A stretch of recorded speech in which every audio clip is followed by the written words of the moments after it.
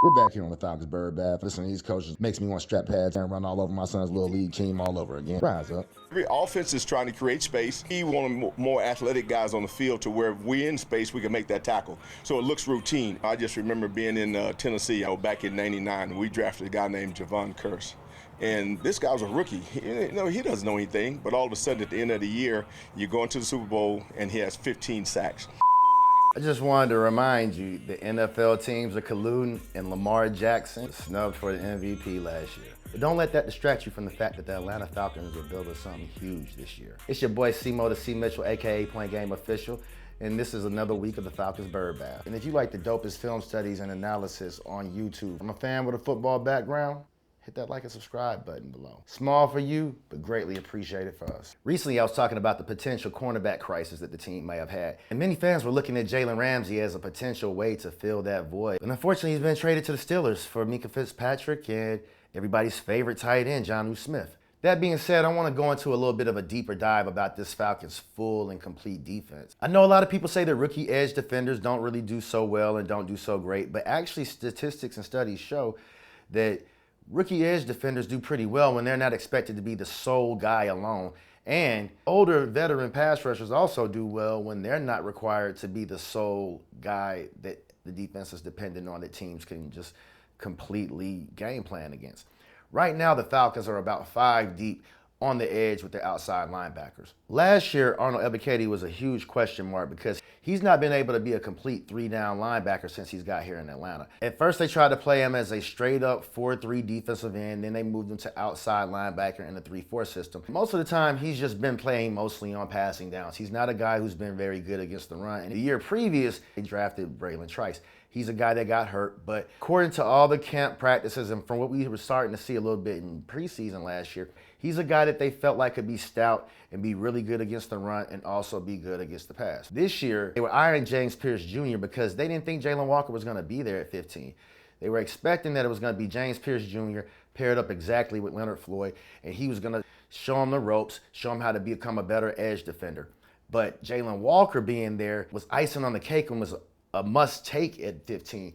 So they got him and moved back up to get James Pearce Jr. I believe that that's why they want Jalon Walker to really master the edge. They're expecting for him and James Pearce Jr. to next year be a dynamic tandem for years to come. Some analysts even have James Pearce Jr. as a long shot for Defensive Rookie of the Year. And they're probably hoping that they don't have to sign Leonard Floyd again to an extended contract, because he's on a 1-year deal. We'll get into a little bit of why Jalon Walker and James Pearce Jr. actually complement each other pretty well. These guys are both perfect to be able to play in the 3-4 defense as outside linebackers. They're kind of prototypical. Even though they're not the exact same player and they do some things a little bit different, they do some very similar things, and they don't necessarily have a whole lot of weaknesses. They both rush the passer well, and they both are able to drop in the pass coverage. When you're playing that 3-4 scheme, one of the advantages is that you don't know as an offense where pressure is necessarily coming from. Having an odd front with 5 men right there on the line of scrimmage just kind of makes it a little bit harder for you to guess. Now, there's some weaknesses with that as well, too. But if you have the guys who can play that defense, or if you game plan for it properly, give a lot of different looks as well, too. If you have the right guys who can play versatile, can also look like a 4-3 defense as well, too. These guys, they kind of excel at different things. For example, they both have a quick first step, but James Pearce Jr. is just pure speed and power off the edge. He's so fast that he really keeps offensive tackles guessing which way he's going. Everything he does is set up off of his outside pass rush and being really quick to beat you off the edge. He can get past you and rip with power where you can't even get a hand on him and slow him down at all. But because they're overcompensating for that, a lot of offensive tackles leave their inside open. And that's where James Pearce excels immediately as his second move.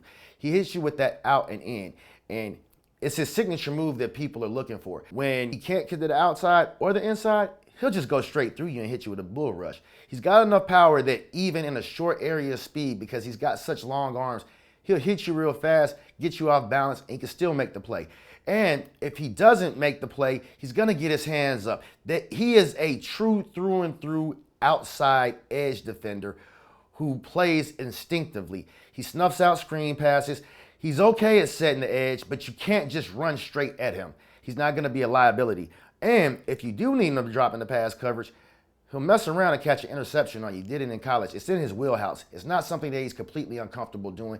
He feels good in space being able to make open field tackles. And if he's not able to make the open field tackle, he can get his hands on you enough and slow you down because he has such a long area that he can cover with his wingspan being what it is at 6'6". Now, Jalon Walker, on the other hand, is a guy who plays with pure power and is just a natural athlete, has a lot of bend. He definitely plays instinctively. He snuffs out screen passes. He's a very smart player. He has power and he'll dip and rip on you as well, too. He can definitely beat you to the edge, but he's not going to be a liability in pass coverage, so you never know where he's coming from. And if you move him around, he's held blitzing from the inside gaps in the A gaps. So you can run a lot of stunts and twists with him and Pearce Jr. as well. But you can move him around up and down the line of scrimmage and blitz him in the A and B gaps. And what I love about both of these guys is that you can play them on either side. Now, both of these guys are deceptively strong, but they're very good open field tacklers. Jalon Walker brings the best of what Arnold Ebiketie does and what Lorenzo Carter did last year.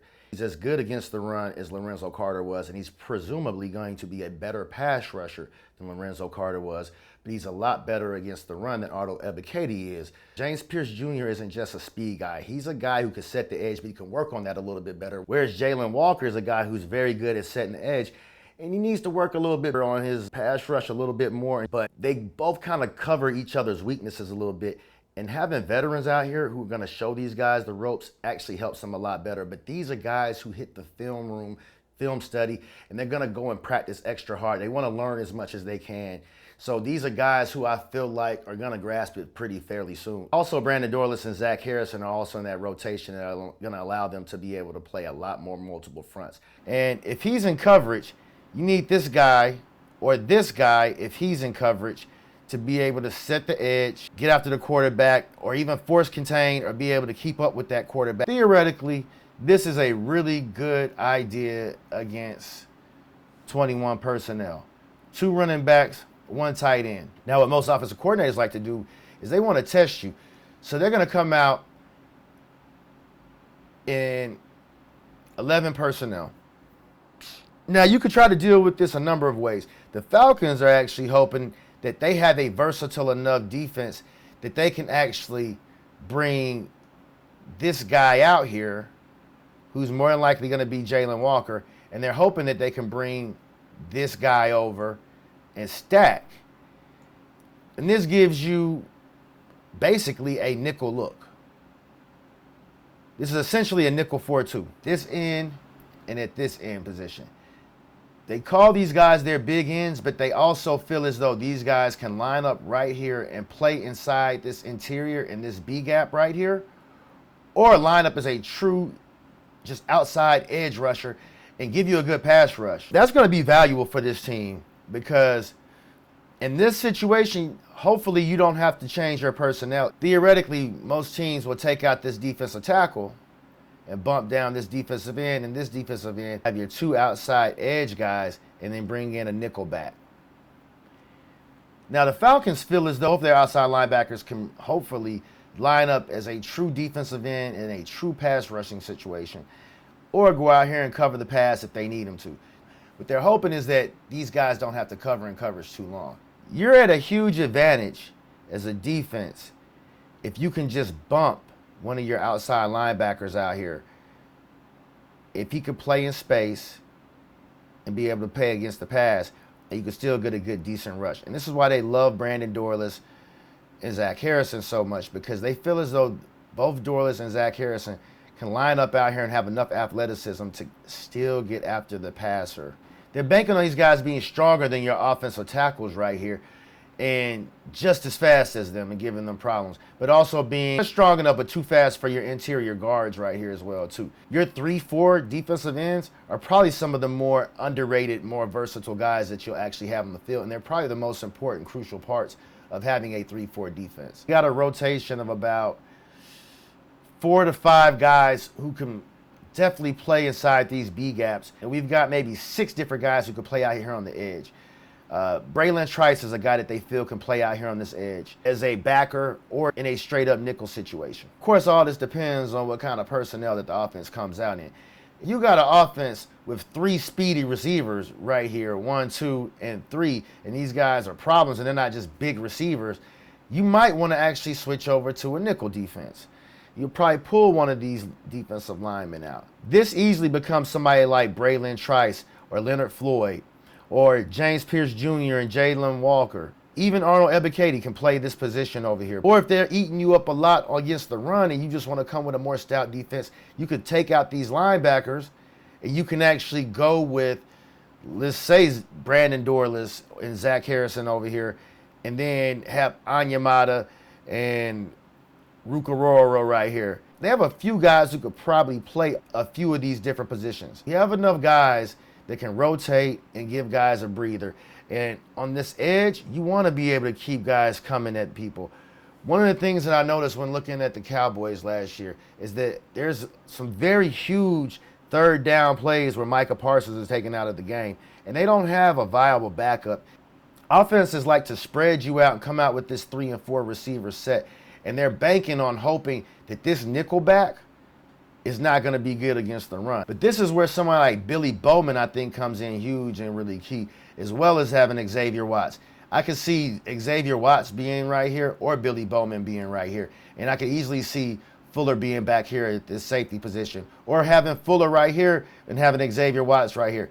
We have guys who specialize enough in one thing, but also can do very versatile things that other guys can do as well. If you're worried about them spreading you out and being able to run the ball against you, you might want to come with your big edge guys against this type of formation right here. And you could drop this guy into pass coverage. You could drop that guy into pass coverage and get a little exotic with your blitzes. That's what they mean when they say an attack-style defense. A defense that's just going to dictate and make you guess where they're bringing the pressure from. They could bring 4 or 5 every time, making them guess where you're going to bring pressure from. Depending on where these guys line up, it's going to make your pass protections actually vary as well too. Guys, that's our show for today. Stay tuned as we cover Drake London. Some of the Falcons players are going to make the NFL 100 list. It's actually voted on by NFL players, as well as a film study on a sleeper on the offensive side of the ball, who I think could be in the way for potentially more playing time this year. I'll catch you guys on the next one. C-Mo to C. Mitchell, Point Game Official, checking out the Falcons Bird Bath. Peace.